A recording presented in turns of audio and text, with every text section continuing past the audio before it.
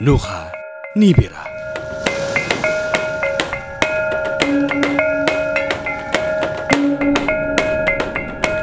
Segala yang ada di alam semesta seisinya mendukung atas apa yang dibutuhkan. Apalagi kebutuhan kita, manusia. Tanah Niha, Tanah Nias, Ya Ahou, Pantai Sorake, lompat batu bawa matulu.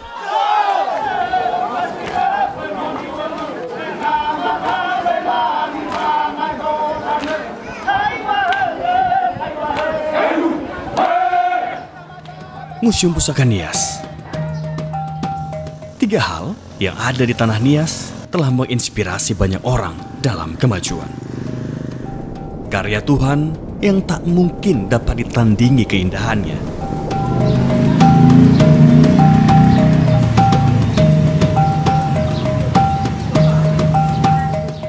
Bentuk mensyukuri karya Tuhan itu adalah menjaga dan merawatnya, melestarikannya.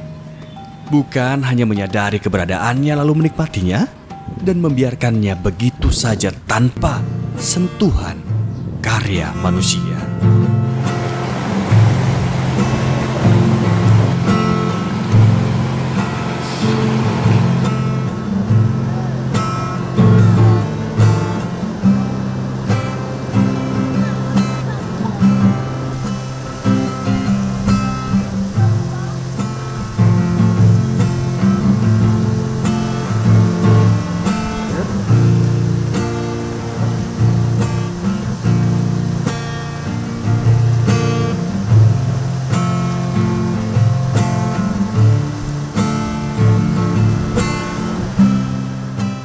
Mengilhami, menginspirasi, lalu menjadikan segala potensi itu sebuah karya. Dan karya tersebut bernama Nuha Nibira. Sosok perempuan dari pulau ini mengolah objek dari pandangan mata, berpadu kecerdasan, menuangkan ke dalam pola, refleksi kehidupan, kearifan lokal, dan lainnya.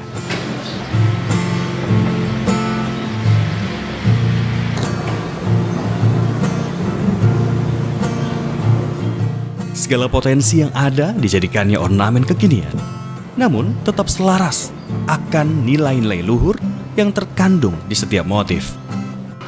Ornamen Niohulayo melambangkan perjuangan hidup. Diukir seperti mata tombak, secara sederhana dibentuk seperti segitiga lancip yang tidak sama sisi. Ornamen ini banyak dijumpai pada dinding Omuniha atau rumah adat Nias. Anyaman, dan pahatan batu, serta masih banyak lainnya.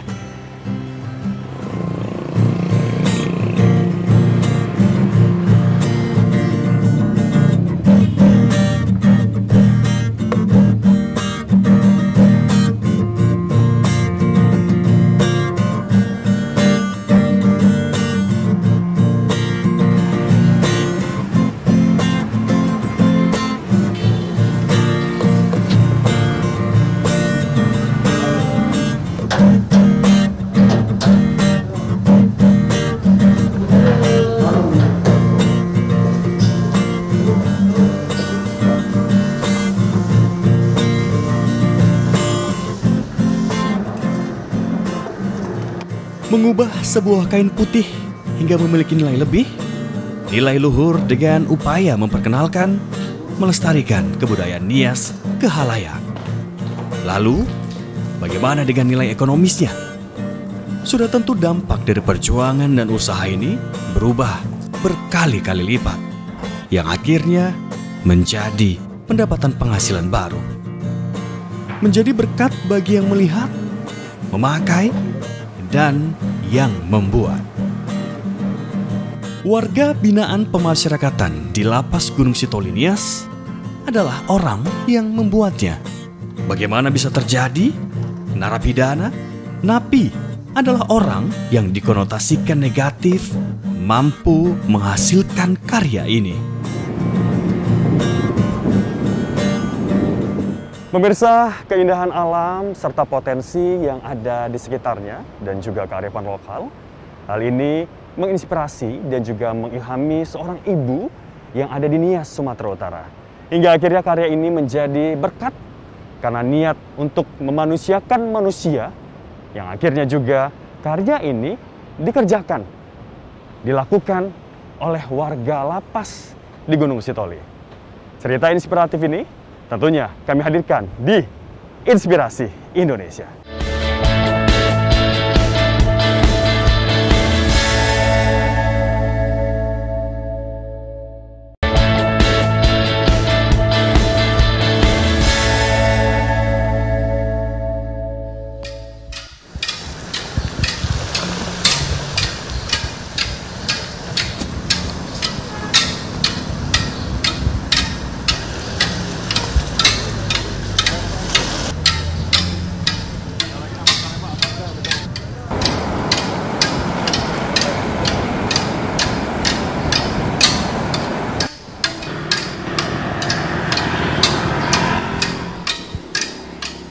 Setelah udah putus hukuman dan di dalam suntuk bingung mau ngapain, ya udah terinspirasi aja, termotivasi aku untuk coba-coba masuk. Saya coba untuk tanya bisa masuk nggak situ, bisa belajar. Ternyata dibuka, diterima, masuklah. Kalau untuk mau belajar, pengen tahu, akhirnya coba belajar. Setelah udah belajar, ya sulit sih. Kadang banyak kegagalan juga, kadang juga berpikir ibu itu banyak rugi ya, karena batik ini nggak main-main. Dia kalau salah langsung salah, nggak bisa terpakai lagi. Jadi dengan sekian lamanya udah masuk, prosesnya agak sulit. Kita nggak segampang yang kita lihat sekarang, yang sudah jadi sekarang. Banyak kegagalannya karena membatik ini benar-benar membutuhkan jiwa yang tenang. Kita harus tenang dalam mengerjakannya. Akhirnya ibu itu juga tidak pernah mau nggak mematahkan semangat kita. Terkadang kalau salah kami takut, saya takut kalau sampai beraduk warna, sampai warnanya nggak ini. Namun ibu itu tidak menyemangati aja, udah nggak apa-apa, itu biasa katanya. Kalau misalnya salah itu wajar, yang penting kamu introspeksi dari kesalahan itu, betulkan kembali sampai bisa jadi.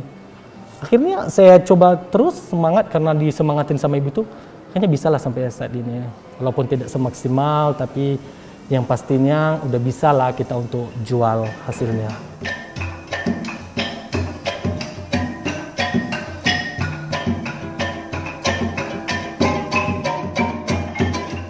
Tidak ada satu orang pun yang mau, ingin bisa hidup di lembaga pemasyarakatan untuk menjalani masa hukuman dari apa yang sudah ia perbuat.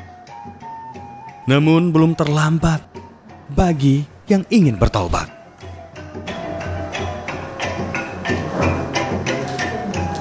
Saya di sini kan jalanin proses hukuman gitu, nggak tahu kenapa biarpun banyak halangan ya nggak rintangan gitu. Nah, semuanya pasti ada jalan keluarnya. Bu Eri mau juga kayak mana supaya kami ini jangan putus asa ke depannya. Jangan kalian tuh berpikirnya udahlah sampai sini aja. Padahal harapan masih panjang gitu. Umur masih muda-muda tapi harapan udah nggak ada. Kalau sebelum dirasakan sebenarnya bang suntuk bang, nggak ada kerjaan, di kamar hanya tidur aja, makan, olahraga, kan nggak mungkin tiap hari olahraga ya kan. Nah, kalau ada waktu kosong gitu kepikiran hukuman, susah sulit ngapain nih. Jadi karena ada kegiatan batik yang dibuat, jadi pemikiran kita fokus di kerjaan aja. Nah, dari batik udah berdirinya 2 tahun lebih, nggak terasa juga kayak 1 malam gitu. Penjara udah diperbarui, diganti nama jadi lembaga pemasyarakatan. Ya kan, jadi WBP-nya sejahtera lah bang, pegawainya juga mau membimbing. Kegagalan menjadi pengalaman hingga tahu bagaimana cara untuk memperbaikinya. Kesempatan untuk diberikannya ruang kreativitas, hak semua manusia, tak terkecuali warga binaan pemasyarakatan WBP. Memanusiakan manusia itu anggapan manusia orang-orang di luar yang namanya masuk penjara itu sudah tidak ada lagi harapan hidup, atau eceknya kalau bahasa apanya sudah enggak karuan lagi manusianya.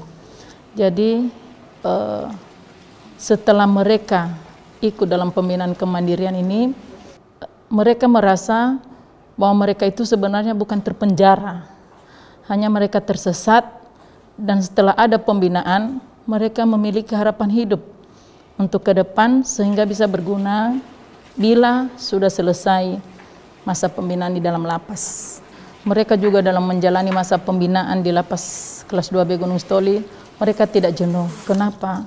Karena kalau mereka di dalam terus, mereka merasa yang satu hari, satu malam itu terlampau panjang. Tapi kalau kami di sini bekerja terus-menerus mulai dari pagi sampai sore, nggak terasa bahwa jam sudah menunjukkan sore. Jadi bekerja terus, nggak ada berpikir aneh-aneh, Pak. Kebetulan juga saya pegawai di sini, sudah banyak yang saya munculkan pembinaan kemandirian di sini, mulai dari merajut, memanik, memayet, menjahit, dan membuat karya-karya dari tempurung. Dan yang terakhir ini adalah membuat nukhanibira atau batik tulis, dalam bahasa Nias nukhanibira. Dan yang mengerjakannya adalah orang-orang yang luar biasa, yang mana mereka sebenarnya terpenjara, tidak bisa berbuat apa-apa. Sehingga orang luar juga bisa termotivasi.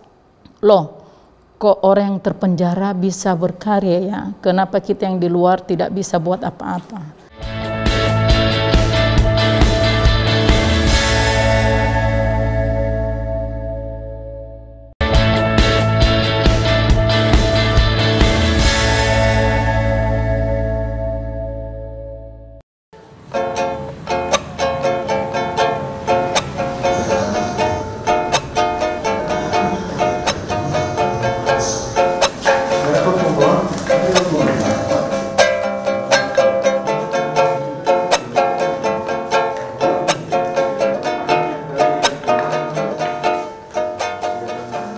Pembinaan kemandirian bagi warga lapas begitu dibutuhkan. Bentuk dukungan dari segala lini perlu diselaraskan, sehingga WBP bisa jadi panutan dengan berkarya dan mandiri, lalu menjadi berkat bagi semua orang dimanapun berada. Namun, proses dalam upaya mulia ini tidaklah mudah, butuh pengorbanan termasuk materi. Dalam pekerjaan nukhanibira ini, tak luput dari kesalahan pengerjaan dari WBP, akhirnya merusak motif, lalu belum bisa dijual. Namun baginya, sang penggagas, Ibu Wery, melihat hal tersebut sebagai hal yang memang harus dijalani.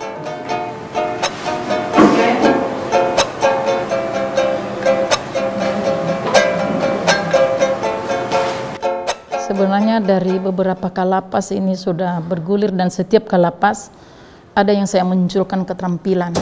Mulai dari pembuatan keripik, pembuatan kue di dalam ini. Jadi pas batik ini memang banyak butuh modal. Sebelumnya kan kami belajar, dan pelajaran itu tidak sepenuhnya kami terima. Tentu saya belajar lagi, saya mendatangi museum batik. Dari situ kesempurnaan itu ada datang. Tentu itu semua membutuhkan modal, dan mereka itu juga belajar selama 3 bulan baru mahir. Dan itu pertama kami munculkan hanya selendang, dan waktu dibuat selendang langsung ada yang kerjasama. Kebetulan ada acara UM di sini, beberapa negara Asia, jadi mereka membeli seperti souvenir. Mulai dari situ, walaupun pekerjaan kami sangat minim, hati kami makin bergairah. Karena menurut kami belum semaksimal, tapi karena ada yang melirik, malah orang luar juga dari belahan dunia bisa menikmati dan memakai selendang itu, jadi kami makin bergairah untuk mengerjakannya. Prinsip saya dalam berusaha, sebagaimana kita menuntaskan masalah, begitu juga keberhasilan yang kita dapatkan. Saya yakin kalau kita tekuni, berdoa dan berusaha, pasti semuanya akan terjadi.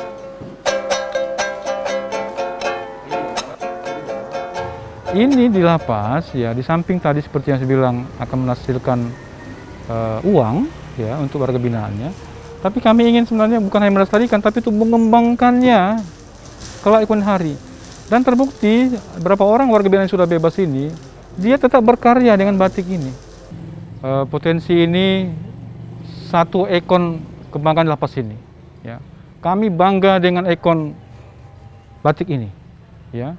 Apalagi ini sesatunya di Kepulauan Nias, 5 kabupaten kota hanya ada di Lapas Mustoli. Kalau ini bisa maju, saya yakin akan banyak lagi nanti warga masyarakat yang akan memproduksi secara massal kegiatan ini. Karena potensi ekonomis dari batik ini kita rasakan. Jadi pembinaan lembaga perserikatan sebagai lembaga pembinaan para pelanggar hukum, kita mempersiapkan mental mereka, ya. Moral mereka kita persiapkan. Makanya tadi ada pembinaan kepribadian, ya. Itu kita push mereka, kita dorong untuk bisa juga benar-benar punya moral yang lebih baik, ya. Itu yang kita harapkan dari warga binaan kita, ya. Dan mereka ini bisa menerima, ya. Juga ada pembinaan kemandirian tadi, ya. Kemandirian ini kita harapkan juga ini menjadi satu satu kelengkapan diri mereka manakala selesai menjalani pidana, bisa diterapkannya di masyarakatnya, di keluarganya, ya. Bisa dibayangkan, ya, saat ini sudah berjalan, Mas. Pelatihan batik yang terlaksanakan, yang selama ini mereka mengharapkan sumbangsi dari keluarganya untuk kebutuhan harinya. Sekarang malah sebaliknya, ya. Mereka bisa berkontribusi ataupun nggak sebanyak seberapa misalnya kan, tapi setidaknya mereka tidak membebani keluarga lagi untuk kebutuhan sehari-harinya. Ya, misalnya odol, sabun, ya, sambal misalnya, ya, itu sudah bisa dipenuhi dari kegiatan ini sendiri, baik membatik, kegiatan dosmir, ya, wartel, dan juga kegiatan barbershop yang kita adakan, ya. Kita punya impian kelak warga binaan kita ini. Hari ini dia sebagai narapidana atau tahanan.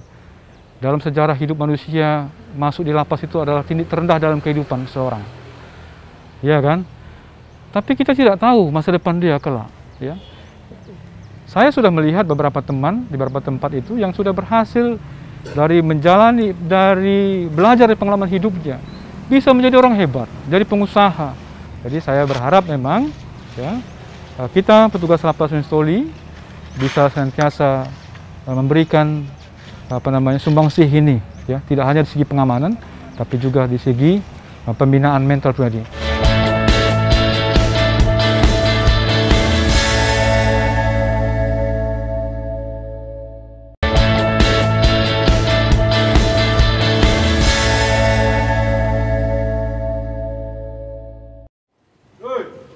Kegiatan pemberdayaan warga binaan pemasyarakatan WBP juga difokuskan kepada pendidikan formal. Perkuliahan di dalam lapas bukan hal yang mustahil.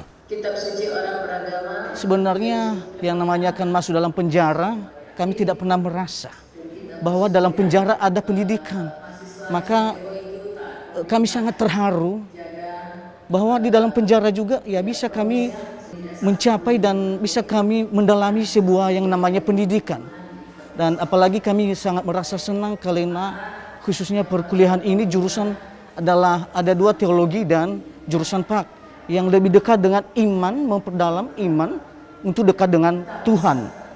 Sehingga setelah kami informasikan sama keluarga, mereka juga mendukung dan sangat terharu mendengarkan kisah kami di dalam penjara ini. Sehingga kami sekarang sangat berbahagia dan sukacita atas kami bisa menduduki pendidikan ini, khususnya di perkuliahan di kelas 2B Mustoli ini, Pak. Kami secara pribadi, saya mau kuliah supaya ada saya peroleh yang namanya 3B. 3B adalah berubah, bertobat, dan berbuah. Mengapa? Karena dengan kami duduk di perkuliahan, kami bisa lepas dari manusia-manusia lama, dari sikap-sikap yang lama, bisa kami menjadi manusia yang baru.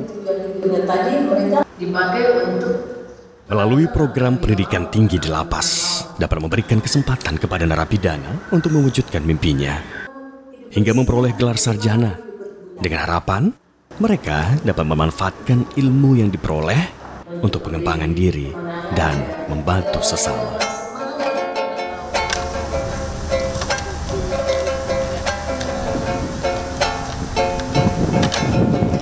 Saya berharap dengan bertemunya Bu Wery lebih menginspirasi seluruh teman-teman dan khususnya Kepulauan Nias dan Sumatera Utara.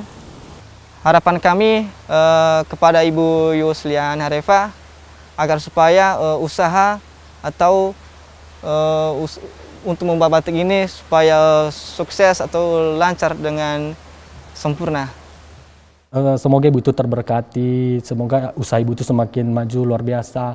Semoga Tuhanlah terus memberkati kehidupannya, apapun rencananya, apapun itu yang mau diperbuatnya, biarlah semua menjadi kemuliaan nama Tuhan, itu aja. Doa banyak-banyak lah untuk dia. Kalau bandel bisa, nah, silakan bandel, cuma terarah. Kita tahu di mana arah bandel kita. Kita lihat di mana bandel kita, jangan kita ratakan semua. Nah, kita lihat juga kita ini di mana. Kita bukan berpangkat, kita hanya kayak orang biasa, jelata. Jadi nggak usah terlalu keras, padahal kita hanya BBP. Jadi harapan saya sama kawan-kawan ya baik-baik aja. Nggak selamanya kita di sini, pasti kita keluar. Di luar nanti kita buktiin. Saya yakin doa-doa mereka yang berhasil kita entaskan akan sangat baik untuk kita. Pemasyarakatan sekarang harus pemikirannya jauh ke depan. Karena mereka saudara kita. Ya, dan kita bangga untuk itu.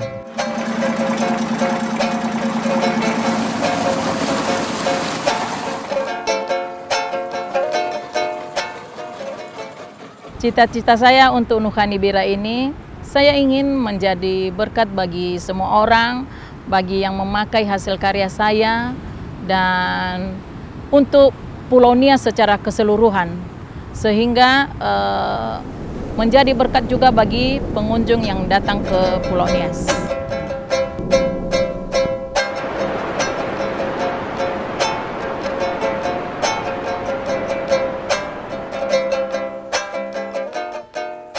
Pemirsa, mengulang dari apa yang pernah disampaikan oleh salah satu tokoh dari negeri ini, bahwa warga binaan pemasyarakatan bukanlah penjahat, melainkan orang tersesat yang ingin bertobat. Lapas bukanlah sangkar, melainkan sanggar yang menciptakan karya. Beragam kreativitas, kreativitas positif. Sekian Inspirasi Indonesia kali ini dari Tanah Nihe, Sumatera Utara. Yahoo, sampai jumpa.